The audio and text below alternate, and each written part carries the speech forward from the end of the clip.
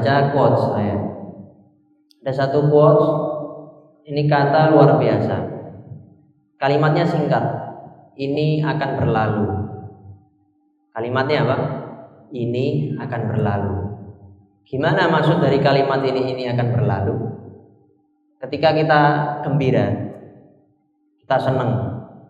Dalam keadaan kita gembira, kita senang, kita dapat kenikmatan-kenikmatan yang sangat luar biasa, maka ingat-ingatlah kalimat itu, ini akan berlalu. Artinya jangan terlalu kita gembira sampai-sampai melupakan daripada rasa syukur kita kepada Allah, karena ini akan berlalu. Ketika kita mendapatkan musibah apapun itu, ingat kalimat ini akan berlalu.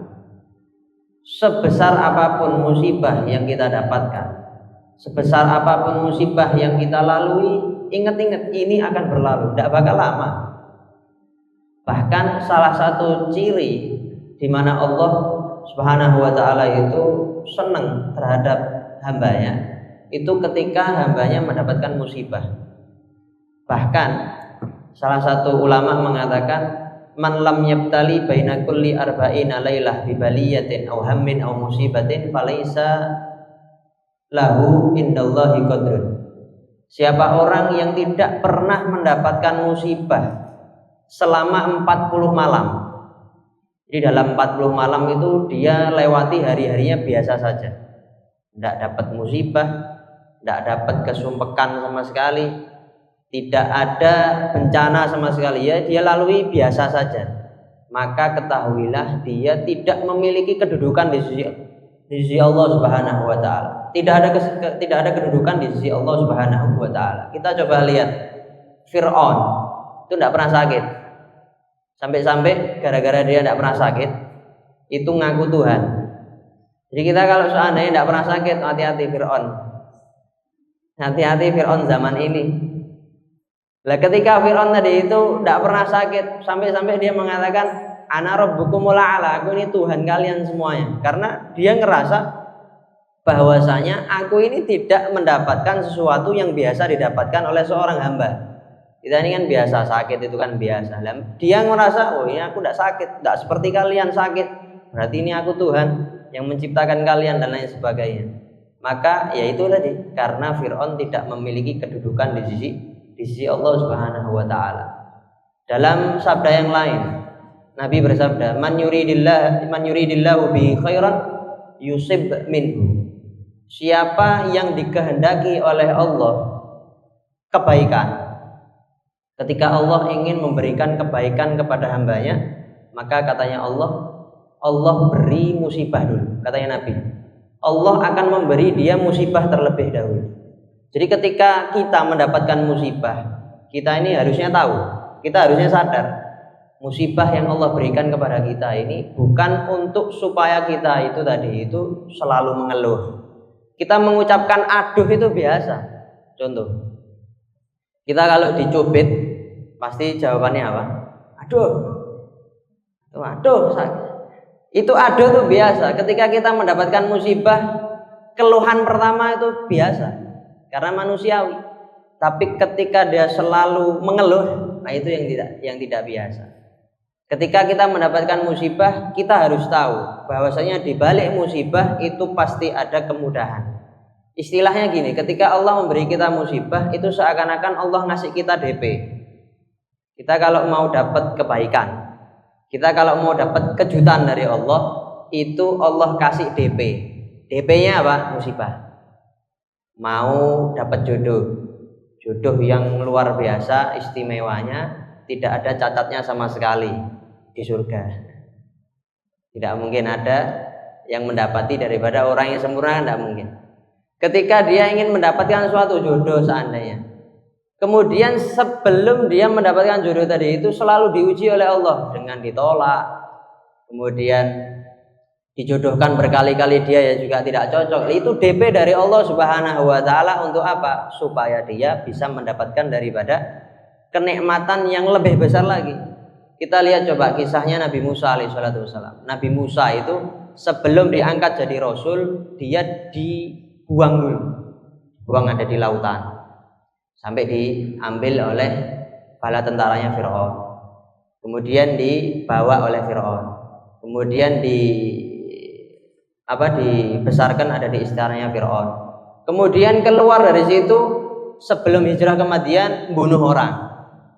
Itu semuanya itu musibah yang dialami oleh Nabi Musa alaihissalam. Apakah beliau mengeluh? Tidak. Tapi beliau selalu bersabar karena beliau tahu seorang nabi, seorang rasul. Beliau tahu bahwasanya ini musibah yang aku alami sedemikian banyaknya, ini tidak lain dan tidak bukan Allah ngasih aku DP. DP untuk apa? Kejutan-kejutan yang akan aku dapatkan setelah ini. Setelah itu Nabi Musa hijrah ke Madian. Habis bunuh orang, takut, tambah kembali lagi ke Mesir. Ya, Nabi Musa ngampleng orang, sekali kamplengan, tempeling itu orang langsung mati. Gara-gara besar Nabi Musa alaihissalam. Kemudian khawatir kalau mau masuk kemana? Ke Mesir. Akhirnya hijrah ke Madian. Ketika hijrah ke Madian, terus itu cerita banyak musibah yang dialami oleh Nabi Musa alaihissalam. Setelah mendapatkan musibah-musibah seperti itu, akhirnya apa yang dia dapatkan oleh Nabi Musa menjadi seorang nabi dan seorang rasul. Nabi Muhammad SAW. Nabi itu kurang musibah apa yang dialami oleh Nabi? Banyak musibah. Makanya sampai dalam sabda Nabi mengatakan man asabathu musibah. Siapa orang yang terkena musibah, falyadhkur musibatahu bi fa innaha min a'dhamil masaib. Siapa orang yang terkena musibah, bencana, maka ingatlah musibahku, katanya Nabi. Karena sesungguhnya musibah yang paling besar yang dialami oleh seorang adalah musibahnya Nabi Muhammad SAW. Nabi lahir itu dalam keadaan yatim, umur 6 bulan, ditinggal mati oleh ibunya, dan yang menguburkan ibunya adalah Rasul SAW. Ketika Nabi SAW masih di kandungan ibunya, ayahnya meninggal. Lahir dalam keadaan yatim, sudah senang dengan ibunya, disusui sama ibunya hanya berapa hari, kemudian dibawa oleh Siti Halimah, ada di Bani Sa'ad. Kemudian setelah umur 4 tahun, ada yang mengatakan 5 tahun, kembali lagi ke Mekah, dibawa oleh ibunya, diajak untuk ziarah kemana? Ke Madinah, ke saudara-saudaranya ayahnya Nabi Muhammad SAW, saudaranya Abdullah. Sampai di Madinah, setelah selesai berziarah ketika Nabi berumur 6 tahun, kemudian di pertengahan jalan sampai daerah namanya Abwa, ibunya sakit. Di saat itu Rasul ditemani oleh Ummu Aiman. Kemudian sampai di Abwa, Nabi SAW melihat ibunya sakit, tidak memungkinkan untuk kembali ke Mekah, dirawat ada di situ. Sampai kisah ceritanya singkatnya, ibunya meninggal. Dan apa yang terjadi? Umur 6 tahun Nabi Muhammad menggali kubur untuk ibunya. Ini musibah yang luar biasa yang dialami oleh Rasul SAW. Kembali lagi ke Mekah dalam keadaan ditinggal oleh ibunya, dirawat oleh kakeknya. Hanya berapa tahun lagi kakeknya meninggal, yang mana kakeknya sangat menyayangi daripada Nabi Muhammad SAW. Setelah kakeknya meninggal, kemudian pamannya Abu Thalib, setelah dirawat oleh Abu Thalib dengan pamannya yang begitu cinta kepada Nabi Muhammad SAW, meninggal. Makanya sampai di tahun itu disebut dengan Amul Huzun, tahun kesedihannya Nabi Shallallahu Alaihi Wasallam. Maka ketika kita dapat musibah, ingat musibahnya Nabi. Bagaimana Nabi tadi itu sabar. Nabi tidak pernah mengeluh kepada Allah, tapi Nabi memperbanyak doa. Jadi kita ini kalau kena musibah dari Allah Subhanahu Wa Taala, jadi benar temanya tadi itu, jangan pernah mundur. Kita dapat musibah, nikmati musibah. Karena orang yang tahu setelah musibah, makanya Allah tegaskan dalam Al-Quran 2 kali. Fa inna ma'al usri yusra, inna ma'al usri yusra. Kita kalau belajar nahwu, fa inna ma'al usri. Kalau ada kalimat kemasukan alif lam al usri, itu diulang 2 kali tetap maknanya satu. Tapi kalau ada kalimat yang tidak kemasukan alif lam, maka maknanya 2 ketika diulangi. Contoh, fa inna ma'al usri yusra. Sekarang saya tanya, yang kemasukan huruf alif lam itu dalam kalimat yusur atau usur? Usur. Ketika usur diulangi 2 kali dan di situ ada alif lamnya, maka seyogianya sebenarnya artinya cuma sekali. Tapi kalau kalimat yusur itu kan walaupun diucapkan 2 kali ya maknanya 2 kali. Kenapa kok maknanya 2 kali? Karena tidak kemasukan alif lam. Berarti dalam satu kesulitan balasannya berapa? 2 kemudahan. Ketika seorang bisa menggali hikmah di dalam musibah yang dia dapatkan, dia tidak bakal mundur. Kenapa? Karena dia tahu bahwasanya Allah itu lagi ngasih dia DP, lagi-lagi DP tadi. Makanya orang kalau nangis, wajar nangis, tidak apa-apa. Dapat musibah nangis, karena nangis itu sebuah perasaan. Orang kalau peka, orang kalau dia main perasaan itu nangis. Oke, orang yang paling banyak nangis itu siapa? Anak kecil. Anak kecil dikit-dikit nangis, dikit-dikit nangis. Cewer sidik nangis. Playing victim, padahal ya tidak sakit. Tapi ya nangis, kenapa? Nyari perhatian. Yang paling banyak nangis adalah anak kecil. Setelah anak kecil siapa? Perempuan. Kenapa? Karena perempuan itu mainnya perasaan. Nah, kalau laki-laki tidak punya perasaan, jarang nangisnya. Perempuan tuh dikit-dikit mainnya perasaan, dikit-dikit mainnya kepekaan, sering nangis. Makanya bayi itu dititipkannya sama siapa? Sama perempuan. Nah, kalau dititipkannya sama laki-laki, bayangkan kalau laki-laki yang hamil, bisa-bisa dirobek itu perutnya, karena sudah tidak tahan. Karena perempuan lebih mengedepankan daripada perasaannya, kepekaannya. Nah, dibalik itu semua, di saat hamil itu kan tidak enak hamil ya. Saya tidak pernah hamil ya, tidak tahu ya. Di saat hamil itu kan tidak enak semuanya, tapi dia tahu setelah itu akan mendapatkan rezeki, yaitu adalah berupa anak. Nah, itu semuanya ketika dia tahu akan ada kejutan dari Allah Subhanahu wa taala, dia akan mensyukuri daripada musibah yang dia dapatkan. Tidak bakal mundur dia, karena dia tahu oh, ini ada kejutan. Ini ada kenikmatan yang akan dia dapatkan dari pahala sabarnya dia. Jadi orang kalau misalnya dia kena musibah harus sabar. Nah, yang paling penting sebenarnya syaratnya itu jangan sampai keluar dari batasannya. Jangan sampai melanggar Allah Subhanahu wa taala. Banyak musibah yang dia dapatkan, tambah dia mikirnya wis tak maksiat aja lah. Refreshingnya maksiat. Ya malah semakin sering dia akan mendapatkan daripada musibah. Makanya tadi itu saya bilang musibah itu adalah DP. Allah tuh pengen tahu ini orang benar-benar apa enggak. Ketika dia sudah selalu mengeluh sampai dia mengatakan seandainya apa sih Allah ini kok ngasih saya musibah sedemikian rupa. Allah itu tahu la yukallifullahu nafsan illa usaha. Allah tahu bagaimana kadar kita daripada menanggung musibah-musibah yang kita dapati. Jangan kita itu dikit-dikit ngeluh. Tadi itu nangis itu wajar. Tapi kalau ngeluh selalu ngeluh, jangan sampai terpuruk, tidak bangkit-bangkit itu jangan. Ya, jadi sebenarnya gini, Islam itu mudah ya. Islam itu mudah. Walaupun kita ya tidak mungkin ya ada seorang yang jalannya mulus terus, tidak mungkin. Mau dia suami, mau dia istri, apalagi jomblo. Jomblo ya pasti tidak mulus, banyak keronjalannya. Ya, kayak saya bisa bilang gini karena saya sudah laku.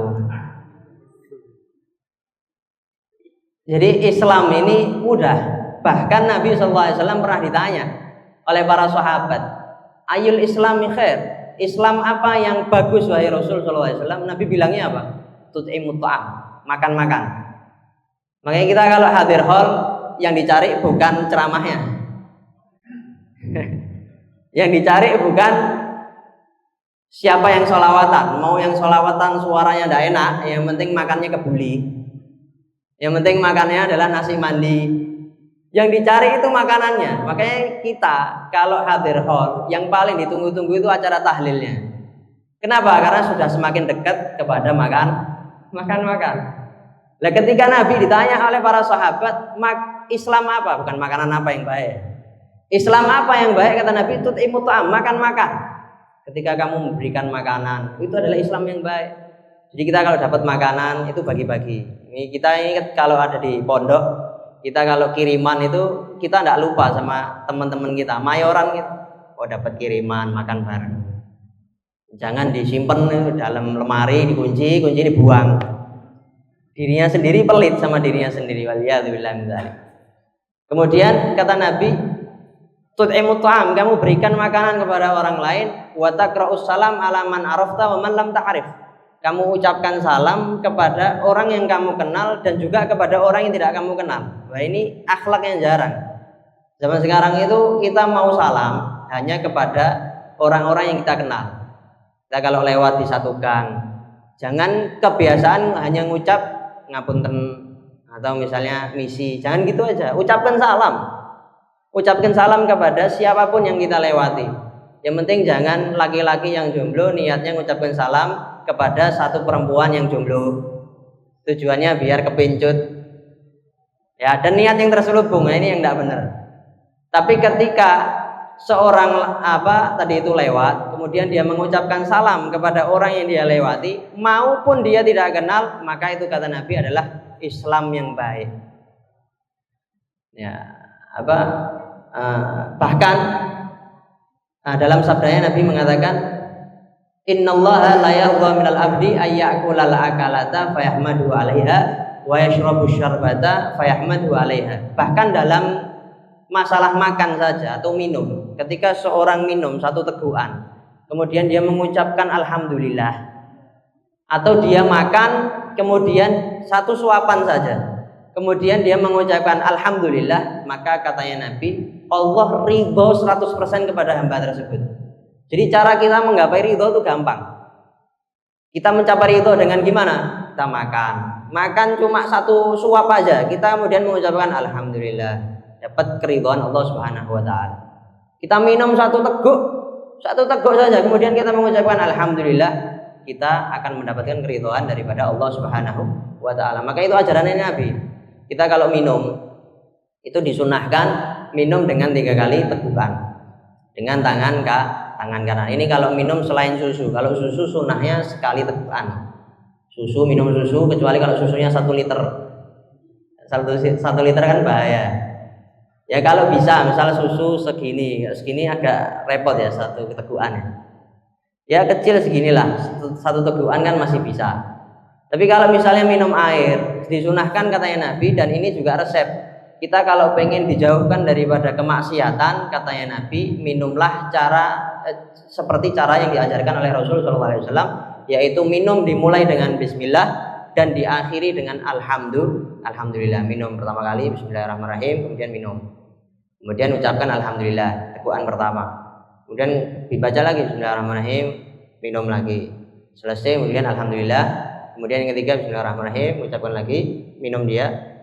Habis selesai mengucapkan alhamdulillah. Katanya Nabi, maka dia akan dijaga daripada kemaksiatan. Ya, tapi yang penting ya tetap dia menjaga diri ya, bukan berarti ya wis dengan sebab minum saya dijaga dari kemaksiatan. Terus habis itu datang ke tempat-tempat yang nyeleneh, ya enggak benar. Tetap harus ada yang namanya ikhtiar tadi itu. Dengan cara seperti itu bisa menghindar. Bayangkan cuma minum aja, kemudian kita mengucapkan alhamdulillah. Jadi kita mencapai ridho itu gratis. Mencapai ridhonya Allah itu gratis. Sebenarnya surga itu, orang kalau mau masuk surga itu gampang. Amalan-amalan yang Allah janjikan kepada kita itu gampang-gampang. Kita mengucapkan alhamdulillah dapat ridhonya Allah. Orang kalau dapat ridhonya Allah lebih gampang lagi dia masuk surga. Nah kalau orang masuk neraka itu malah mahal. Kena judi online, kena slot berapa, utangnya berapa, kena pinjol judi online. Orang dulu maksiat itu offline, sekarang sudah online. Dulu ghibah itu offline, sekarang ada grup ghibah. Grup apa ini? Grup WhatsApp-nya grup ghibah. Ya sudah semakin rusak lah zaman ini. Sudah semakin rusak. Padahal kita ini diajarkan oleh Nabi untuk menjaga lisan kita. Kita segampangnya sekarang itu gampang untuk ngejudge orang. Kita kalau ngelihat orang itu salah, kita sering ngelihat orang salah kan. Jangan sampai kita mengolok-olok dia. Nabi dalam satu sabdanya mengatakan, "Idza ayyaba abdun min akhihil muslim." Ketika seorang hamba dia mengolok-olok saudaranya yang muslim yang lagi terpeleset. Ya namanya muslim, namanya orang manusia itu kan tempatnya salah dan lupa. Ketika terpeleset, ini terpeleset yang benar ya, ada yang terpeleset yang tidak benar. Ini terpeleset yang benar, saya tidak mau nyinggung sana sini. Ketika seorang tadi itu salah, kemudian kita mengolok-olok dia, kita ngolok-ngolok, wah ini orang kurang benar, ini orang begini, ini orang begini, maka katanya Nabi, lam yamut hatta yaf'al ma fa'alahu au kama qala Nabi. Dia tidak akan mati kecuali dia akan melakukan apa yang dilakukan oleh orang yang dia olok-olok. Jadi kalau kita ngelihat teman kita salah, jangan kita olok-olok, tapi kita nasihati. Jangan kita, wah ente ini memang salah, ente begini, kamu begini, kamu begini. Maka janjinya kata Nabi, kamu tidak akan meninggal kecuali kamu akan melakukan daripada apa yang dia lakukan. Makanya penting untuk menjaga lisan. Nah, sampai katanya Imam Ghazali, lisan ini bentuknya aja kecil. Bentuknya kecil tapi madharatnya itu besar. Sekarang itu orang mau ghibah bukan cuma pakai lisan, pakai tangan pun bisa. Orang caci maki bukan cuma pakai lisan, tapi pakai tangan pun bisa. Makanya kata Imam Ghazali, al yadu ahadul lisanen. Seyogyanya seorang itu memiliki dua lisan. Lisan yang ini yang pertama dan yang kedua adalah tangan. Tangan ini diibaratkan seperti lisan.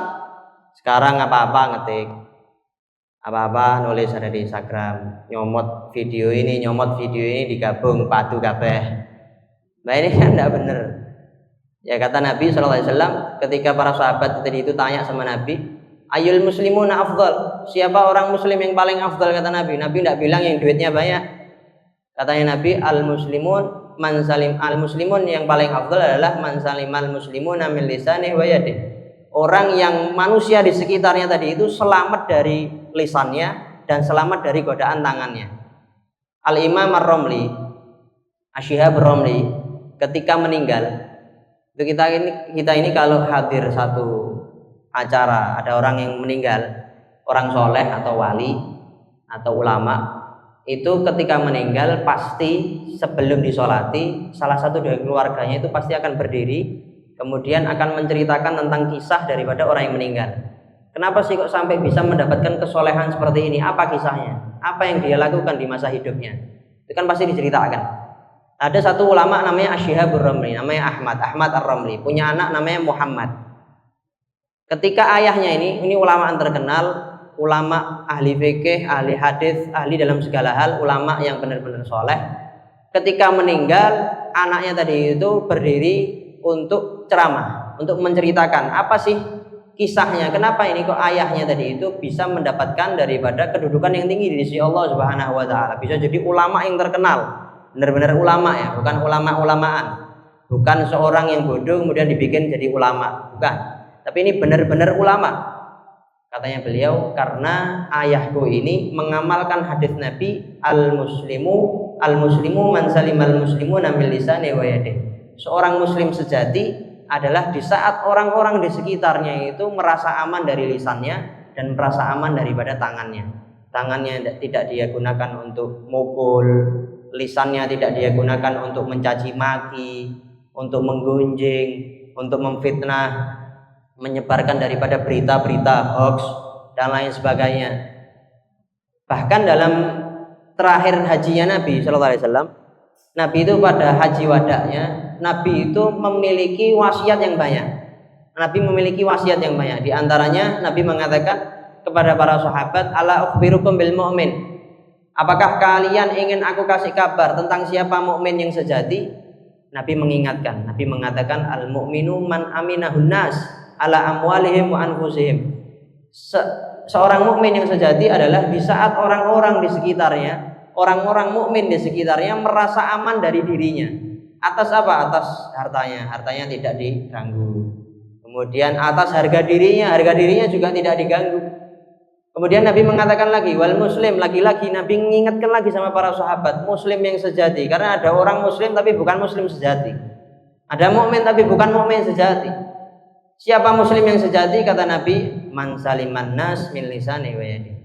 Saat orang-orang di sekitarnya merasa aman daripada lisannya dan merasa aman daripada tangannya. Intinya Islam itu gampang untuk meraih daripada ridhonya Allah Subhanahu wa taala. Yang penting kita tinggal jaga daripada lisan kita.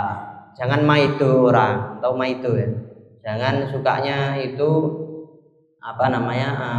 mengolok-olok orang lain, apalagi mengolok-olok Allah. Nah, itu mengolok-olok Allah itu akan muncul di saat tadi itu tidak sabar di saat menerima daripada musibah.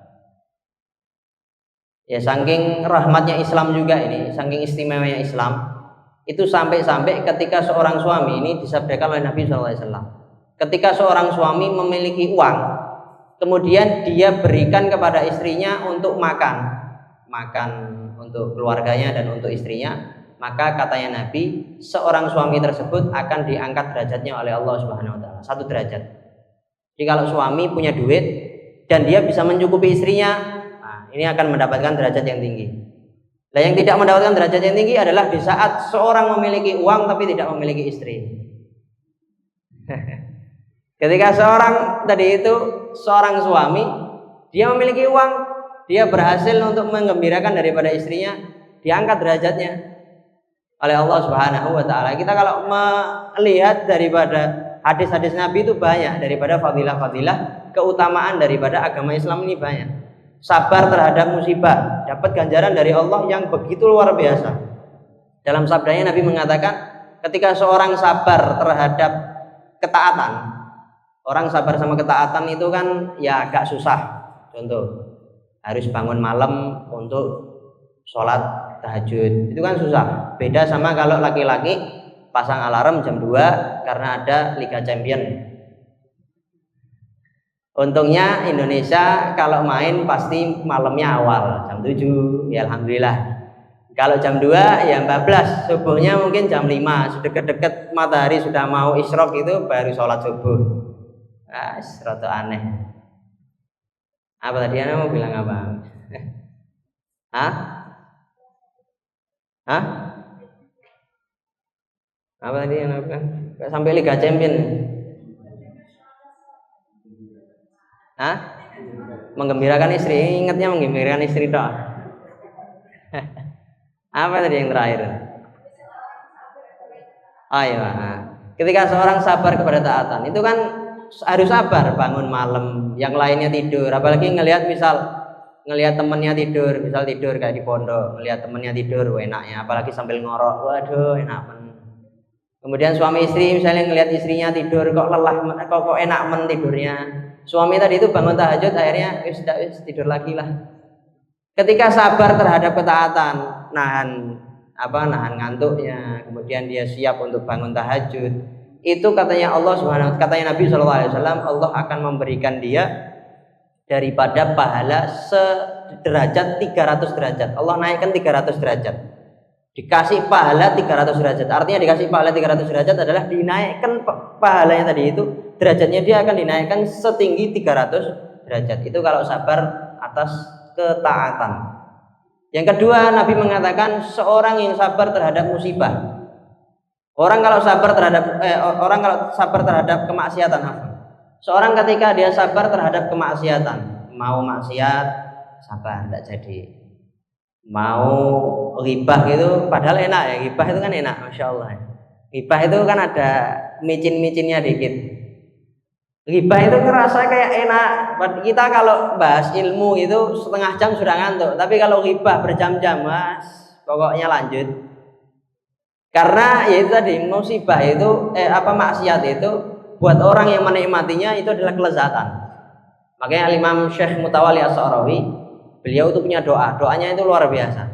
Ini buat kita-kita yang ahli maksiat, ini doa luar biasa. Kita kalau misalnya pengen mengurangi maksiat, apalagi sampai menolkan maksiat, tidak maksiat belas, ya angel. Ketika pengen meminimalkan daripada maksiat, maka baca doa Allahumma harimni ladzata maksiatik. Ya Allah, haramkanlah aku untuk merasakan kelezatan bermaksiat kepada kamu. Warzuqni ladzata taatik, dan beri aku rizki atas kelezatan melaksanakan taat kepada kamu.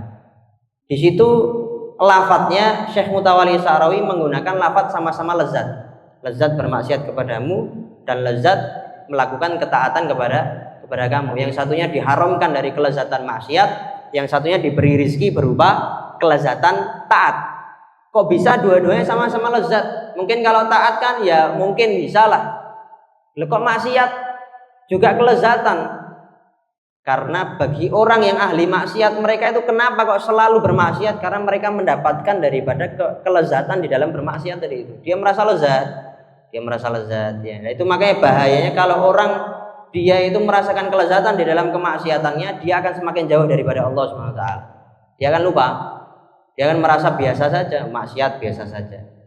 Makanya ketika pengen dijauhkan daripada maksiat, katanya beliau baca doa ini, ya Allah, haramkanlah aku daripada merasakan kelezatan bermaksiat kepada kamu. Jangan sampai aku mendapatkan daripada perasaan senang di dalam bermaksiat kepada kamu, lezat di dalam bermaksiat kepada kamu. Tapi berilah aku rizki, berilah aku kelezatan di dalam melaksanakan ketaatan kepada kamu. Para salafun saleh itu mereka kalau bulan Ramadan, sebagian dari mereka itu sampai-sampai tidak mau membaca Al-Quran di siang hari, bacanya itu di malam hari, di waktu tidak puasa. Kenapa? Karena mereka merasakan kelezatan membaca Al-Quran sampai-sampai merasakan madu. Loh, ini beneran, karena mereka benar-benar merasakan kelezatan. Beda sama kita baca Al-Quran ngantuk, baru baca satu lembar ngelir-ngelir. Baru beda sama kalau kita bacanya bukan Al-Quran tapi Al-TikTok atau Al-Instagram wa ala alihi wa sahbihi. Itu beda, itu tidak pakai ngantuk. Kita saja ini kalau mau tidur buka HP, bangun tidur yang dicari apa? HP. Sholat gini, HP mana HP? Yang dibingungkan HP, HP-nya hilang, bingung. Tapi kalau Al-Qurannya berdebu, tidak bingung sama sekali. Al-Qurannya dibiarkan di atas, di HP ada Quran. Ya yang paling sering coba kan biasanya kalau HP itu kan ada yang sering dilihat yang mana. Coba dilihat yang paling sering dilihat mana? Paling akhir pasti Al-Quran. Padahal alasannya Al-Quran itu ada di HP. Di rumahnya berdebu, yang di sini hampir dihapus. Waliyadzubillah min dzalik. Makanya ketika seorang tadi itu sabar atas kemaksiatan, katanya Nabi, maka Allah akan memberi dia 600 derajat. 600 derajat. Dan dalam hadisnya itu Nabi menceritakan setiap derajat, satu derajat ke derajat setelahnya itu jaraknya, katanya Nabi, antara langit dan bumi. Kalau 600 derajat, bayangkan satu derajat ke derajat kedua itu seperti langit dan bumi. Derajat kedua, ketiga seperti langit dan bumi, sebanyak 600 derajat. Kalau berhasil sabar atas kemaksiatan. Artinya maksudnya gimana sabar atas kemaksiatan? Mau maksiat sabar, tidak jadi. Mau maksiat ditahan, tidak jadi. Ada remnya lah. Kita harus punya rem, itu harus punya. Dan yang terakhir, yang ketiga, orang yang sabar atas musibah. Orang kena musibah sabar. Tadi itu kembali lagi, ketika dia mendapatkan musibah, dia tahu ini DP dari Allah, pasti janjinya Allah pasti. Bahkan Nabi mengatakan idza kathurat dzunubul abdi, ketika seorang hamba itu dosanya banyak. Kita ini kalau kita lihat dosa kita itu banyak. Fala tuzakku anfusakum, jangan merasa keren, katanya Allah. Kita ini jangan ngerasa keren. Kita baru sholat duha 8 rakaat sudah ngerasa keren. Baru sholat witir 3 rakaat sudah merasa keren. Katanya Nabi, ketika seorang hamba tadi itu banyak dosanya, walam yakun lahu min amalihi liyukaffiroha, dan sedangkan dia tidak memiliki amal yang bisa untuk menghapus daripada dosa-dosanya, maka katanya Nabi, ibtalahullahu liyukaffiroha, Allah akan memberi dia musibah untuk menghapus daripada dosa-dosanya. Di seyogianya kita dapat musibah itu apa? Sabar untuk apa? Supaya Allah tadi itu menghapus daripada dosa-dosanya. Dia harus tahu, oh ini berarti lagi pembersihan. Seperti HP kalau lemot, semakin full fotonya tok 800.000, foto selfie-nya tok 500.000, foto sama temennya 300.000, video ulama 2 biji. Itu kalau sudah full kan lemot. Lah caranya gimana biar lemot? Ya bukan berarti dijual begitu saja, enggak, kan dihapus. Yang enggak penting itu dihapus. Begitu juga diri kita. Kalau sudah full, diri kita lemot. Kita lemot, baca Quran terbata-bata. Kita sholat enggak ada khusyuknya. Ini berarti diri kita lemot. Lemot karena apa? Karena full maksiat. Nah, kalau full maksiat harus dihapusi. Maksiat-maksiatnya itu harus dihapusi. Dan cara Allah menghapus maksiat-maksiat dosa-dosa kita itu dengan apa? Allah kasih musibah. Mungkin orang yang hijrah, kenapa kok saya masih dikasih musibah terus sama Allah ya, diuji terus sama Allah? Ingat, mungkin itu dosa-dosa kamu yang sebelum kamu hijrah itu masih ada penghapusan, makanya kamu masih dikasih musibah. Makanya kamu masih diuji sama Allah Subhanahu wa taala. Atau bisa jadi mungkin istighfar kamu belum tenanan. Istighfar kamu belum benar-benar. Berarti kamu harus benar-benar lagi dalam beristighfar. Kamu ucapkan lagi istighfar. Ya terakhir, mungkin terakhir ya. Ketahuan sudah dekat subuh. Ada beberapa kalimat, karena tadi saya ucapkan istighfar, saya teringat satu ucapan dari Al-Imam Al-Laits As-Samarqandi. Beliau mengatakan ada beberapa kalimat yang seandainya seseorang selalu melazimi kalimat tersebut, maka dia akan mendapatkan kedudukan yang tinggi di sisi Allah Subhanahu wa taala. Bahkan kata beliau, kehidupannya dan kematiannya akan menjadi baik untuk dia dan untuk orang yang dia tinggalkan. Yang pertama, ucapkan bismillah di setiap mau memulai sesuatu. Kita kalau mau mulai sesuatu, misalnya kita mau minum, kita kan pasti mengucapkan bismillah. Mau makan, ucapkan bismillah. Kecuali karena kalau kita tidak mengucapkan bismillah, maka setan akan ikut bareng makan. Kecuali kalau kita mau ngeprank setan, makan tanpa bismillah dulu. Mau akhir, baca bismillah, biar muntah itu setan. Atau lebih ngeprank lagi, makan aja tidak apa-apa tanpa bismillah, kemudian minumnya pakai bismillah, biar dia cegukan. Makan tanpa minum. Nah ini jangan dipraktekkan ya, ngawur. Yang pertama, ucapkan bismillah untuk setiap kali kamu memulai sesuatu, baca bismillah. Jangan pernah kamu mulai sesuatu kecuali harus memulai dengan bismillah. Yang kedua, ucapkan alhamdulillah setelah selesai melakukan sesuatu. Habis minum, ucapkan alhamdulillah. Habis selesai belajar, ucapkan alhamdulillah. Habis selesai nulis skripsi misalnya, tulis alhamdulillah. Jangan lupa, kenapa? Karena itu semuanya adalah nikmat dari Allah. Kenapa kok mulai dengan bismillah? Karena bismillah artinya adalah dengan memuji nama Allah. Dengan sebab nama Allah, ya Allah mudahkanlah. Kalau misalnya mau minum, dengan sebab nama Allah, ya Allah jadikanlah ini minum sebagai keberkahan buat aku. Gitu. Di istilahnya tawasul dengan namanya Allah. Kemudian diakhiri dengan alhamdulillah. Kenapa? Artinya alhamdulillah adalah segala puji bagi Allah. Kita selesai minum, alhamdulillah. Berarti ini adalah karunia dari Allah. Datangnya dari mana? Lillah, dari Allah. Kemudian yang ketiga, ketika ingin melakukan sesuatu di esok hari, jangan lupa untuk mengucapkan insya Allah. Artinya insya Allah itu apa? Semoga jika Allah menghendaki. Gimana nulisnya kalau bahasa Indonesia? Biasanya in SYA, in SHA, sembarang. Bahasa Indonesia, kecuali Indonesia bahasa Arab, kalau sampai pakai shin, bahasa Arab. Kalau bahasa Arab itu insya Allah gitu. Tapi kalau bahasa Indonesia ya karepmu, atau pakai VN insya Allah dan rambung.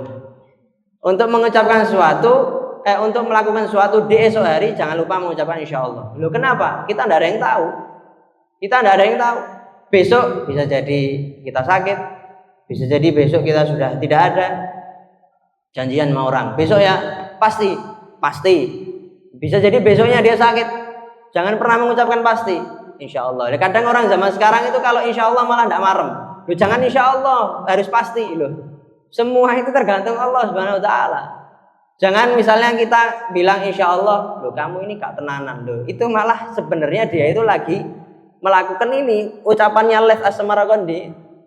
Harus mengucapkan insya Allah. Jangan sampai pasti. Loh kamu kok bisa memastikan itu loh? Yang bisa memastikan hanya Allah Subhanahu Wa Taala. Kemudian yang keberapa? Yang keempat. Kemudian yang keempat, ketika mendapatkan musibah, jangan lupa mengucapkan innalillahi wa inna ilaihi rajiun. Jangan diartikan oh innalillahi wa inna ilaihi rajiun berarti orang meninggal ya memang meninggal itu musibah. Tapi anehnya ya, ini saya mau cerita, orang Hadramut, orang Tarim, itu kalau ada orang yang meninggal, keluarganya meninggal, kemudian kita ucapkan bela sungkawa, azamallahu ajrahu wa ahsana azaahu wa ghafara limayyitik, bela sungkawa intinya itu intinya bela sungkawa. Mereka ucapkannya apa? Alhamdulillah. Mereka itu mengucapkannya ketika bela sungkawa, mengucapkannya alhamdulillah. Mungkin kita orang Indonesia bingung, loh ini ditinggal mati kok mengucapkan alhamdulillah. Saya di awal datang ke sana, saya mengucapkan bela sungkawa, saya dengar langsung Saya terheran-heran, loh. Ini salah satu dari kerabat kamu, ini meninggal. Saya mengucapkan bela sungkawa, kenapa kok kamu ucapkan alhamdulillah? Katanya mereka itu, saya ucapkan alhamdulillah karena ini kematian itu adalah qadha dan qadarnya Allah Subhanahu wa taala. Berarti dengan ini adalah kebaikan yang Allah berikan kepada aku. Allah Maha tahu. Mungkin kita ngiranya Allah jahat kepada kita. Tidak ada Allah jahat kepada kita. Allah la yadzlim ahad. Allah tidak akan menzalimi seseorang. Mereka orang-orang yang luar biasa itu sampai-sampai dalam bela sungkawa jawabannya adalah alhamdulillah. Padahal sebenarnya kalau kita lihat loh, ditinggal mati ibunya misalnya, malah mengucapkannya alhamdulillah. Karena mereka tahu itu adalah kebaikan buat dia. Kemudian yang ke berapa? Yang keempat, yang kelima, ketika seorang mendapatkan sesuatu yang tidak dia sukai, ucapkanlah la haula wala quwwata illa billah. Jatuh, jangan misah-misuh. Kebun binatang sebut kabeh, jangkrik, semut, jatuh ucapkan la haula wala quwwata illa billah. Jangan jatuh subhanallah. Jatuh ucapkan la haula wala quwwata illa billah. Kena sesuatu yang kurang seneng, la haula wala quwwata illa billah. Pas Indonesia kalah misalnya, kemarin lawan Jepang, la haula wala quwwata illa billah. Dengar kabar, la haula wala quwwata. Barcelona kemarin alhamdulillah habis menang. Sebelumnya kalah, ucapkan la haula wala quwwata illa billah. Setiap kita mendapatkan sesuatu yang tidak kita senangi, ucapkanlah la haula wala quwwata illa billah. Ya, itu kalimat-kalimat yang kita lakukan dalam hal-hal tersebut. Ketika kita bisa melaziminya, maka kita akan mendapatkan kedudukan yang tinggi di sisi Allah Subhanahu wa taala. Bahkan kehidupan kita dan kematian kita adalah suatu hal yang baik untuk kita dan juga untuk orang-orang yang kita tinggalkan. Ya, mungkin itu aja yang bisa Fakir sampaikan. Kurang lebihnya mohon maaf.